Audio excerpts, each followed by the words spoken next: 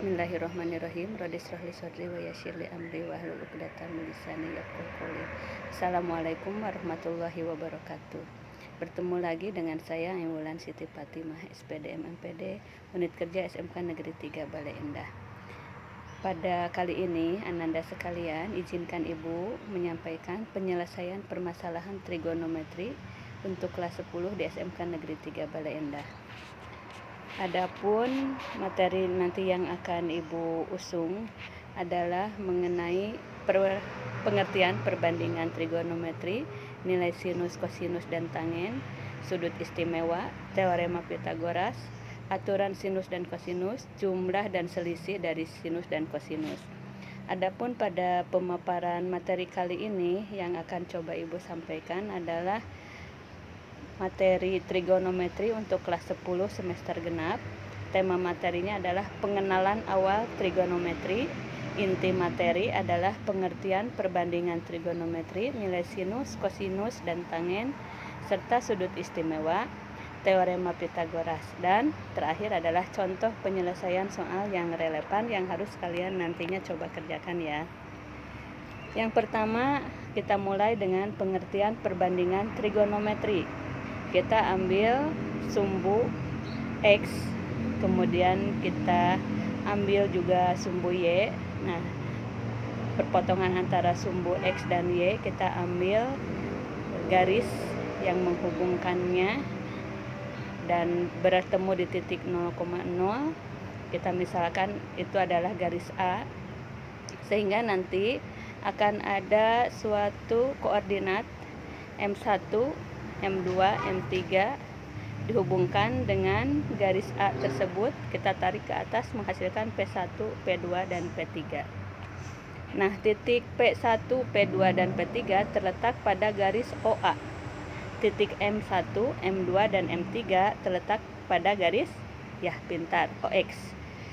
Jika titik-titik P1, P2, dan P3 dihubungkan dengan titik-titik M1, M2, dan M3 sedemikian sehingga, maka terbentuk betul P1, M1, P2, M2, dan P3, M3 yang ternyata adalah tegak lurus pada OX.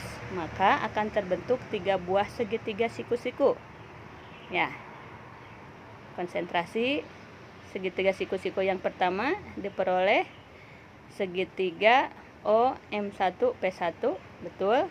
Yang kedua segitiga OM2 P2, yang ketiga adalah segitiga OM3 P3. Yang kesemuanya itu tentu saja sebangun. Nah, dari hal yang tersebut, kalau kita pecah, akibatnya menghasilkan ya P1 M1 per P1 per OP1 akan sebangun dengan M2 P2 per OP2 dan M3 P3 per OP3. Nah, ini yang dinyatakan dengan sinus. Ya, sinus untuk sudut AOX. Nah, bagaimana kita mencari kosinusnya? Kita lihat OM1 per OP1 akan sebangun atau sebanding dengan OM2 per OP2 sama dengan OM3 per OP3. Nah, ini dinyatakan disebut sebagai kosinus sudut AOX. Nah, untuk tangennya itu sendiri, M1 per OM1 sama dengan ya M2 per M2 P2 per OM2 sama dengan M3 P3 per pintar OM3. Nah, ini dinyatakan sebagai tangen untuk sudut AOX. Baik Ananda sekalian, mengacu pada gambar tersebut di atas, marilah kita coba simpulkan apa itu yang dinamakan sinus jika sudutnya adalah sudut alfa. Nah, sudut alfanya yaitu tepat berada di sudut POM ya. Nah, ini sinus artinya sisi depan sudut alfa dibagi sisi miring. Sisi depan sudut alfa adalah sisi depan sudut alfa di sini ada MP ya per PO ya. Kalau kita lihat gambar ini, MP per PO. Biasanya untuk sinus kita beri kode demi, depan dibagi miring. Begitu juga buat kosinus alfa derajat. Ya. Kalau kosinus rumusnya sami, samping dibagi miring ya. Berarti untuk sampingnya sendiri di sini di gambar yang Ibu utarakan ke kalian, di sini ada OM per OP. Bentar, untuk tangannya adalah desa, depan dibagi samping. Depannya itu sendiri adalah yang tadi ya, MP per barusan sampingnya OM. Nah, itu gambaran sekilas untuk menentukan nilai sinus, kosinus, dan tangen pada perbandingan trigonometri. Nah, ada tugas satu dari Ibu, silahkan nanti tolong kalian kerjakan ya. Tugas satunya, tentukan ketiga perbandingan trigono dari setiap segitiga siku-siku berikut ini untuk sudut alfa derajat. Hati-hati, yang jadi patokan kalian adalah sudut alfa derajat dengan tanda siku-sikunya ya. Ini di bahasan yang kedua, Ibu coba kembangkan daftar nilai sinus, kosinus, tangen, dan sudut istimewa.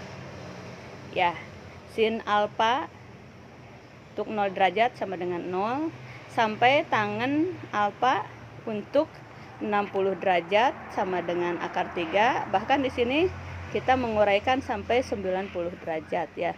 Ini metodenya bisa kalian hafalkan, bisa kalian tulis berulang-ulang sampai kalian memahami apa yang tertera di daftar sinus, kosinus, tangen untuk sudut istimewa ini.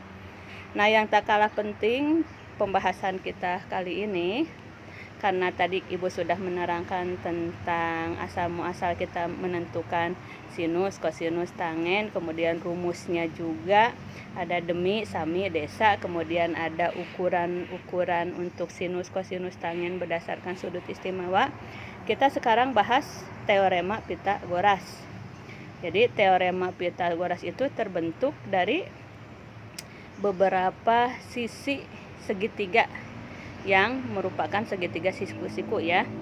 Ada di sini kalau Ibu gambarkan ada AB, kemudian ada BC, kemudian ada AC, sehingga di segitiga tersebut tentu saja adalah dinamakan segitiga ABC.